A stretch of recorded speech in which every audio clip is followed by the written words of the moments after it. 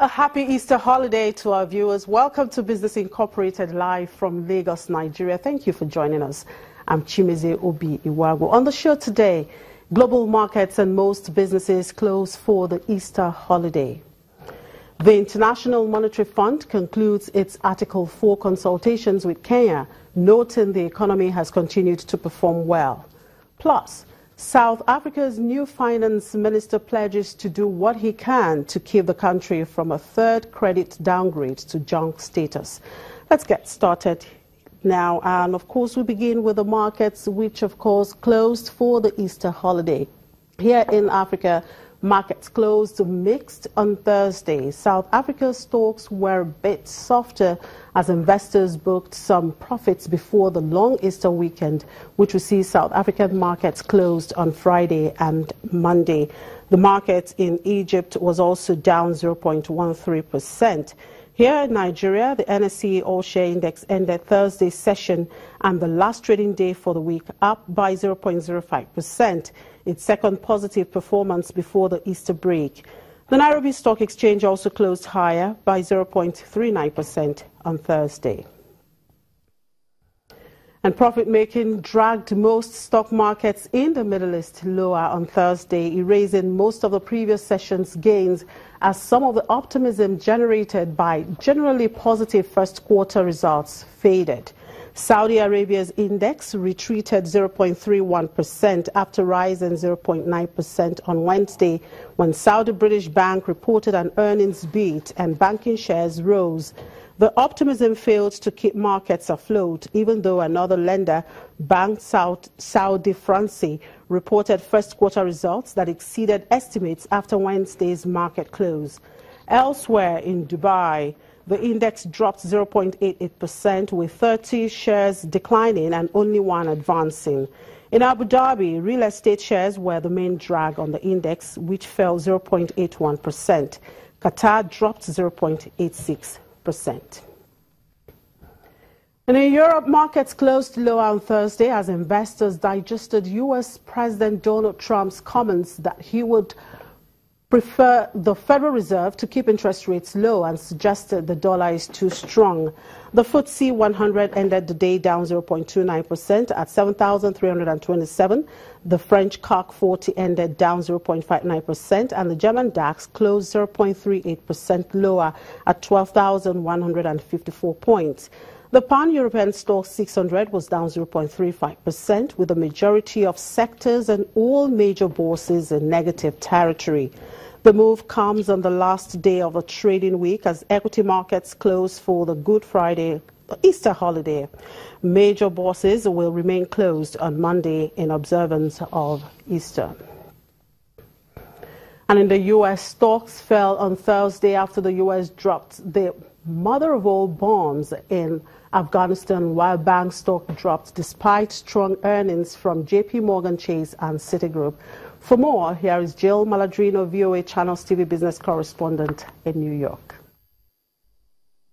Equities are trading mixed halfway through the session Thursday as safe haven demand appears to be waning in the early going after gold bonds and the yen surged to multi-month highs the last few days given the geopolitical developments from the French elections to Russia and North Korea.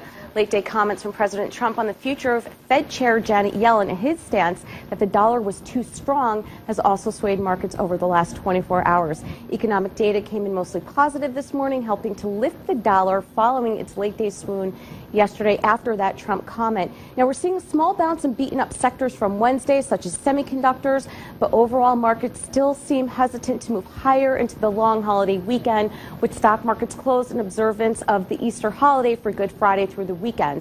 Influential bond investor Bill Gross on Thursday stepped up his warning to investors not to be tempted to buy into equities, high-yield junk bonds, and other asset classes, given the possibility that U.S. President Donald Trump might fail to enact policies that fuel economic growth. Again, it's all around the timing of these packages.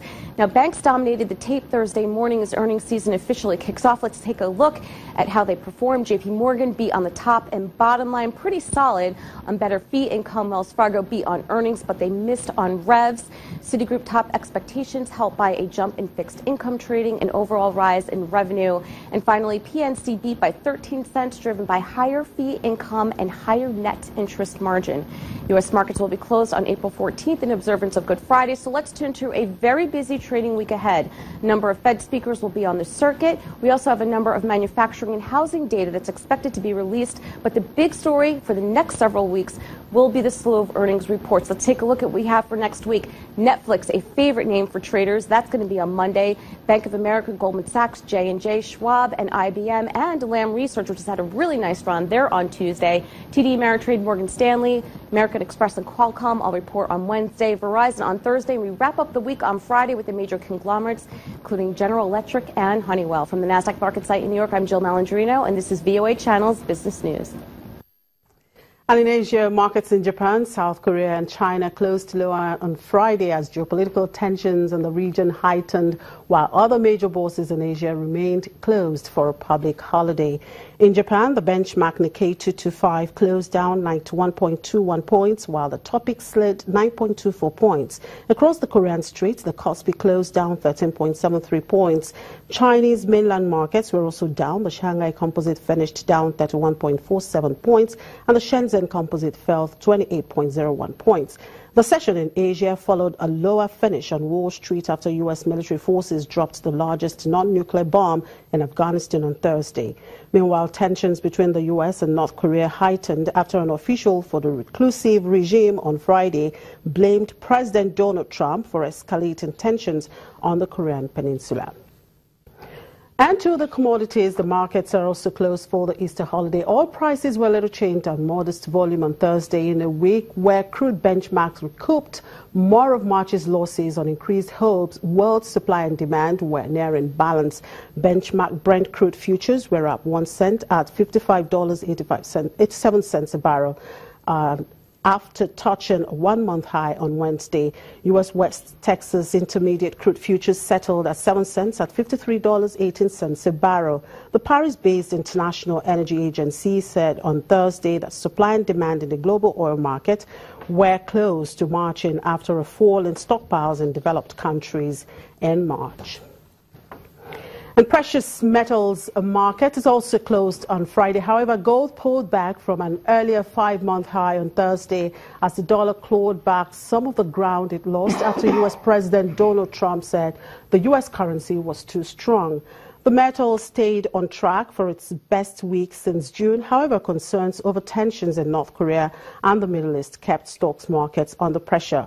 Spot gold showed a 0.02% gain at $1,286 an ounce, while U.S. gold futures for June delivery were up $10.40 to settle at $1,288.